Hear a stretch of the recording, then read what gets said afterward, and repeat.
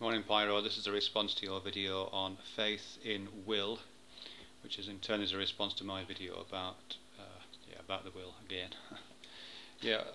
I'm making this analogy between people saying if there wasn't any God you'd have to invent him, and you're saying that you find will to be not only self-evident but also, well, not only useful in the way that God is useful perhaps for theists, certain theists, but you also claim self-evidence for that.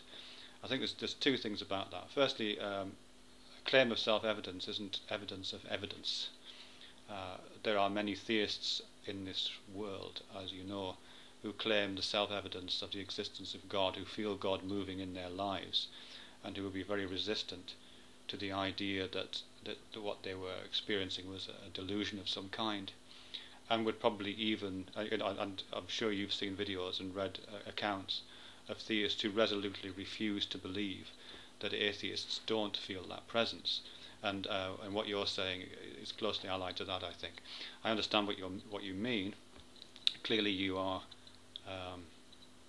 you do have a great personal understanding and perhaps personal investment in the idea of the will, but that doesn't mean it's real in the way that you perceive it to be real, any more than God is real. Another analogy which I think is perhaps useful is this idea of the self.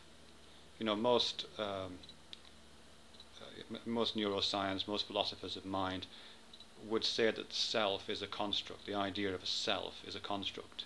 Not an illusion doesn't really capture it, but it's an artifact of certain kinds of mental processing, hitched on the back of kind of evolutionary development of mind, those kinds of things, and hitched also on the back of the kind of social and physical world in which we live. We have this idea of self, but no amount of deconstructing it, no amount of calling to mind its illusory quality, no amount of questioning it makes the illusion go away. It's a very, very, very compelling artifact, to the extent that you might as well say the self is real. To all intents and purposes, on a human scale, in the social worlds and the kinds of worlds in which we move, the self is real. But it doesn't have any, as we know, any existence beyond that, or it doesn't make sense to talk about it in other discourses apart from in the discourse of personal and interpersonal experience. And I think the will is a bit like that, if I'm honest. And I think God is a bit like that for some people. I think you're like God, like the self. Your claims about the will being a universal experience, and we all experience it like you do, I think that's overblown. Many people who are theists feel the presence of God in their lives, but recognize it as a composite of psychological, social, and perhaps some kind of spiritual discourses. They can deconstruct it down to component elements, and for some of us, deconstruct it away completely. Similarly with the self, many people who have studied the self, who are Buddhists, let's say, who understand the constructed nature of the self, whilst feeling its presence, are able to recognize it and identify component parts of it, and at least partially dismiss the illusion through that process. You don't have to do that, and you're choosing not to do that with will, or at least a kind of choosing not to do that with will. But I think the possibility is there, and many of us do that. Your description of the will doesn't match my experience at all, I have to say. It just doesn't match, and I'm sorry, it doesn't. I'm as atheistic about your experience as you are about my whatever. It's one of those kinds of experiences. I mean, the weird and very interesting thing I think that's coming up there is to do with this deconstruction, because you are claiming different elements of the will.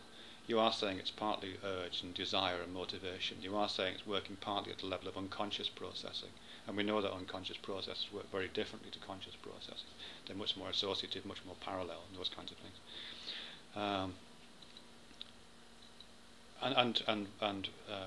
In previous videos, yourself and other people have talked about kind of social forces operating against in the delivery of this experience called the will. So I think what we're seeing there is a breaking down into component parts, which I believe, if it was possible to do a kind of thoroughgoing analysis of that kind. 2 minutes. No, I'm talking to the camera. He's just in the shower, he won't be a second. It's fine, it's fine. Yeah.